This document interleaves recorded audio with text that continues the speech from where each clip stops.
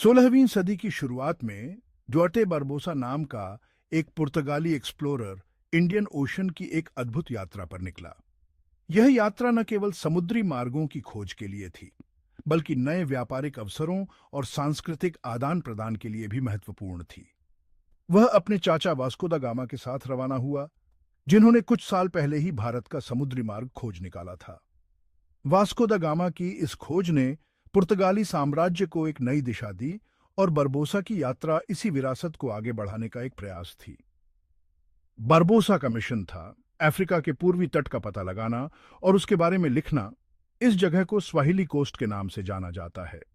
ये तट अपने समृद्ध व्यापारिक इतिहास और सांस्कृतिक विविधता के लिए प्रसिद्ध था। ये कोस्टल रीजन, जो आज के सोमालिया से मोजाम्बिक तक फैला है, एक जीवंत सिविलाइजेशन का घर था, जिसका ट्रेड, कल्चर और समुद्री शक्ति का एक समृद्ध इतिहास रहा है।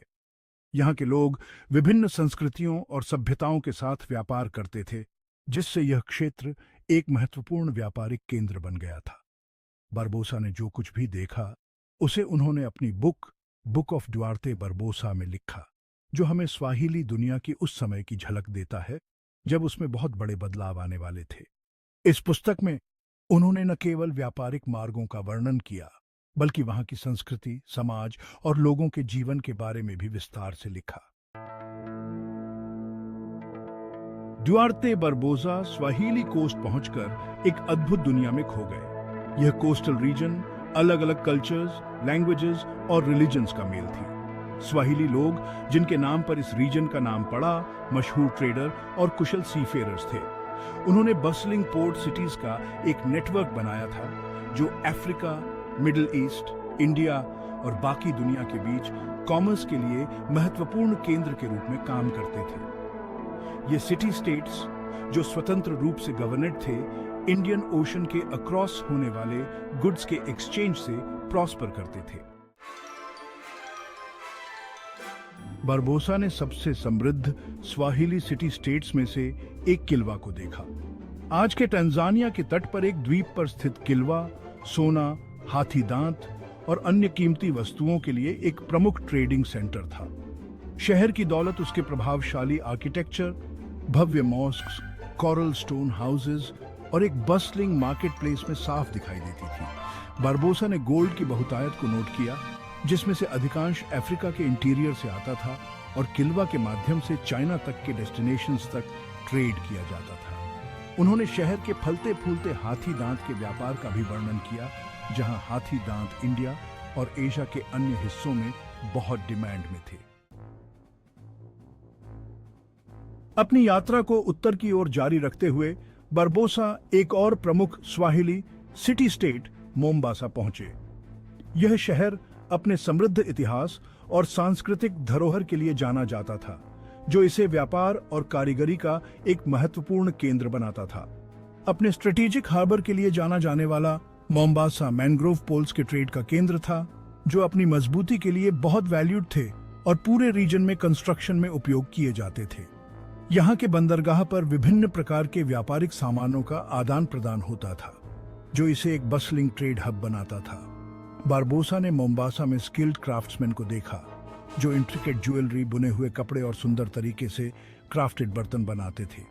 इन कारीगरों की कला और कौशल ने मोम्बासा को एक सांस्कृतिक और आर्थिक केंद्र के रूप में स्थापित किया था, जहां हर वस्तु में एक अनूठी सुंदरता और गुणवत्ता होती थी। आगे दक्षिण में बारबोसा ने सोफाला का दौरा किया, जो एक ऐसा शहर था जो ग्रेट जिम्बाब्वे की सोने की खदानों के प्रवेश द्वार के रूप में प्रसिद्ध था। सोफाला का इतिहास और व्यापारिक महत्व इसे एक आकर्षक गंतव्य बनाता था, जहां विभिन्न संस्कृतियों और व्यापारिक मार्गों का संगम होता था। सोफाला गोल्ड ट्रेड की एक महत्वपूर्ण कड़ी था, जो सदर्न अफ्रीका के इंटीरियर को इंडियन ओशन नेटवर्क से जोड़ता था।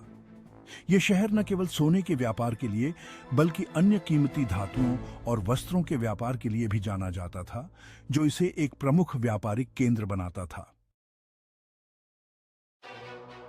बारबोसा का स्वाहिली कोस्ट पर आगमन उस समय हुआ जब बहुत कुछ बदल रहा था।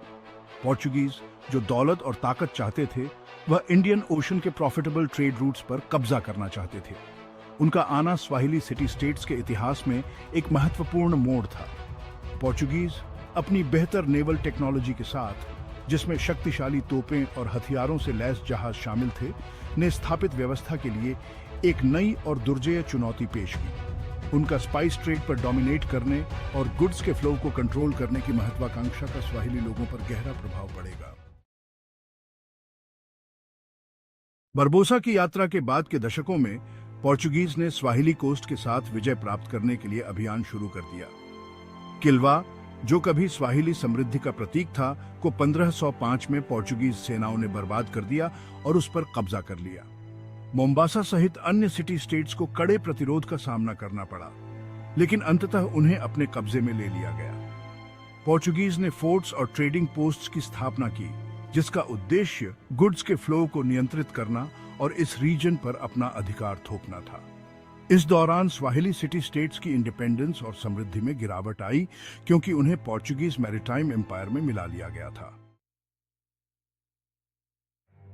हालांकि उन्हें कई चुनौतियों का सामना करना पड़ा, लेकिन स्वाहिली लोगों ने पोर्चुगीज शासन को चुपचाप स्वीकार नहीं किया।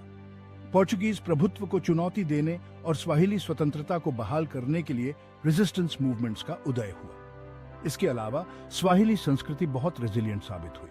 पोर्चुगीज द्वारा अपनी भाषा और धर्म को थोपने के प्रयासों के बावजूद स्वाहिली परंपराएं, भाषा और इस्लामी धर्म बने रहे और बाहरी दबावों का सामना करते हुए ढलते और विकसित होते रहे।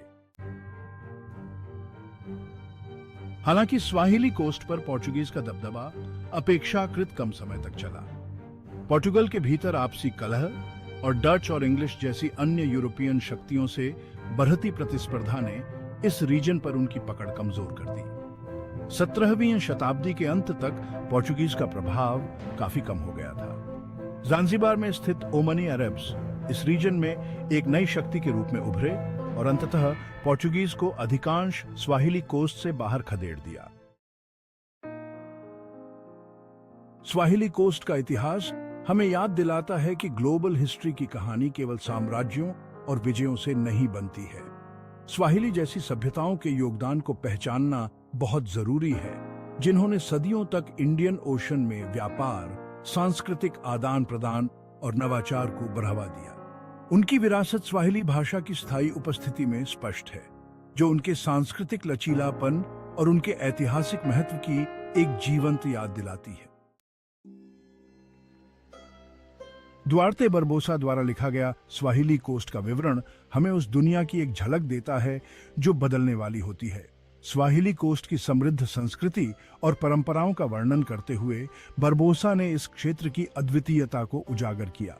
उन्होंने जो कुछ भी देखा उसे उन्होंने बड़े विस्तार से लिखा है, जिसमें स्वाहिली लोगों की जीवन शैली, उनके व्यापारिक संबंध और उनकी सांस्कृतिक प्रथाओं का विवरण शामिल है, जो हमें एक जीवंत सभ्यता का एक अमूल्य रिकॉर्ड प्रदान करता है, जिसने अफ्रीका को बाकी दुनिया से जोड़ने में महत्वपूर्ण भूमिका निभाई। स्वाहिली व्यापारियों ने न केवल वस्त्र और मसालों का व्यापार किया, बल्कि विचारों और संस्कृतियों का भी आदान प्रदान किया। हालांकि पोर्चुगीज के आगमन ने स्वाहिली इतिहास में एक महत्वपूर्ण मोड़ ला दिया। उनके आगमन ने स्वाहिली शहरों की स्वतंत्रता को चुनौती दी और उनके व्यापारिक मार्गों को बाधित किया। लेकिन इस उल्लेखनीय सभ्यता की स्थायी विरासत को पहचानना बहुत जरूरी है। स्वाहिली शहरों की वास्तुकला, उनकी भाषा और सांस्कृतिक प्रथाएं आज भी जीवित हैं और हमें उनके गौरवशाली अतीत की याद दिलाती है। स्वाहिली भाषा, जो अफ्रीकन और अरबिक प्रभावों का मिश्रण है, ये भाषा व्यापार और सांस्कृतिक आदान प्रदान का एक महत्वपूर्ण माध्यम बनी रही। आज भी लाखों लोगों द्वारा बोली जाती है और यह भाषा न केवल पूर्वी अफ्रीका में बल्कि दुनिया भर में स्वाहिली लोगों की पहचान का एक महत्वपूर्ण हिस्सा है, जो स्वाहिली लोगों की सांस्कृतिक गतिशीलता का प्रमाण है। स्वाहिली समुदाय आज भी अपनी परंपराओं और त्योहारों को मनाते हैं, जो उनकी सांस्कृतिक धरोहर को जीवित रखते हैं।